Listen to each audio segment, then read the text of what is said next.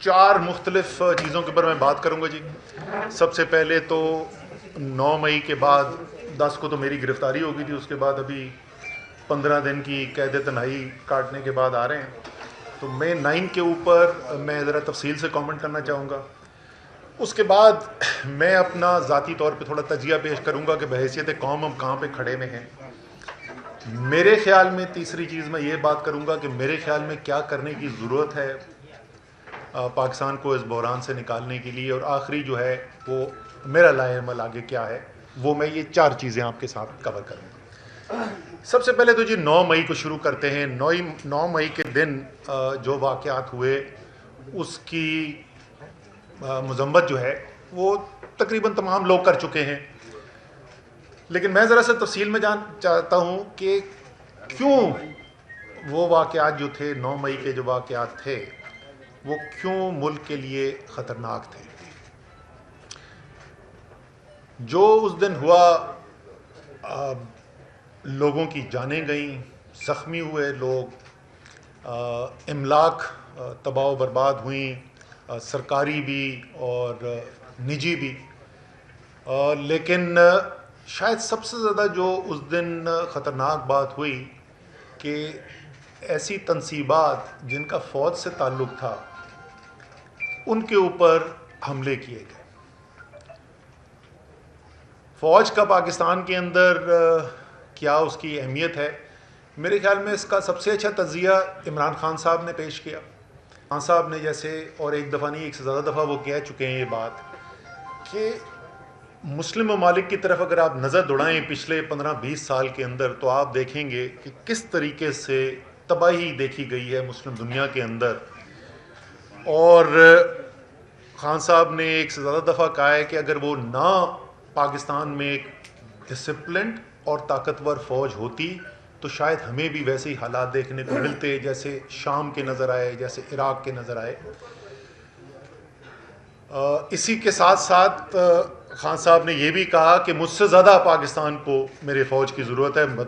بحیثیت وزیر اعظم کہا تھا یہی کنونشن سینٹر میں. تو ایک خاص فوج کی اہمیت ہے پاکستان کے اندر, اور ظاہر ہے فوج کی طاقت جو ہے صرف اس کی بندوقوں سے نہیں ہوتی. فوج کی طاقت جو ہے وہ جب قوم پیچھے کھڑی ہوتی ہے تو فوج کی طاقت بنتی ہے.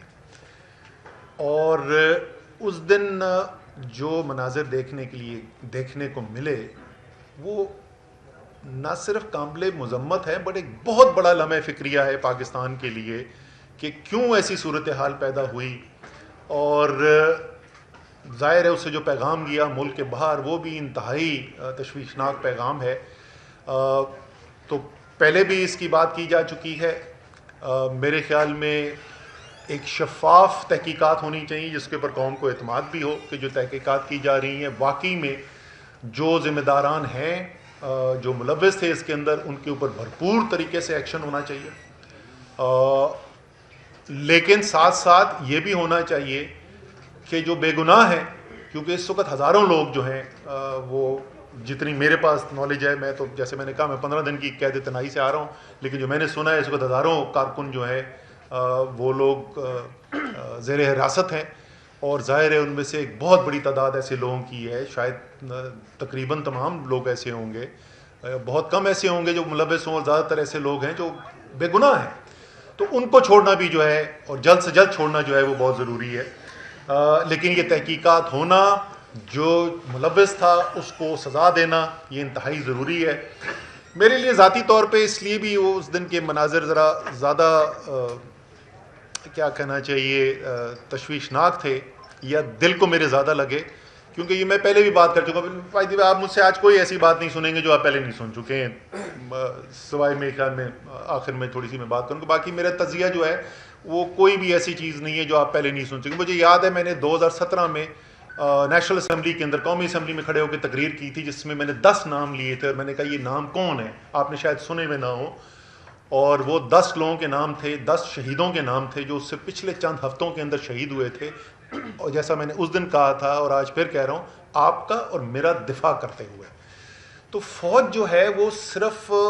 ان 2-3 بڑے جرنیلوں کا نام نہیں ہوتا جن کے نام ٹیلی ویژن کے ٹاک شوز کے اندر لیے جاتے ہیں, جن کی پریس کانفرنسز کے اندر بات کی جاتی ہے. فوج لاکھوں لوگوں پر مشتمل ہے جو اپنی زندگی داؤ پہ لگاتے ہیں اپنے ملک کی حفاظت کے لیے، آپ کی اور میری حفاظت کے لیے. اور جیسے میں نے کہا میرے لیے ذاتی طور پہ اس لیے تکلیف دہ تھا، میرا 3 نسلوں سے فوج سے تعلق ہے، یہ بات بھی پہلے سے مشہور ہے. اور مجھے بڑا فخر ہے اس بات کا کہ کوئی 1965 کے بعد سے کہ جنگ سے لے کے اگر آپ وار آن ٹیرر تک اٹھا کے دیکھ لیں، کوئی بھی ایسی صورتحال نہیں ہوئی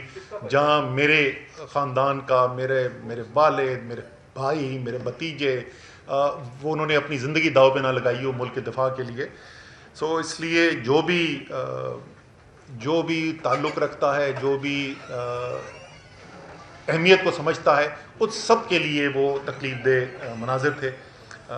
تو ایک تو یہ 9 مئی کے بارے میں یہ ضرور اپنے کہنا چاہتا تھا، اور میرے خیال میں تقریباً تمام قوم کے ساتھ جو ہے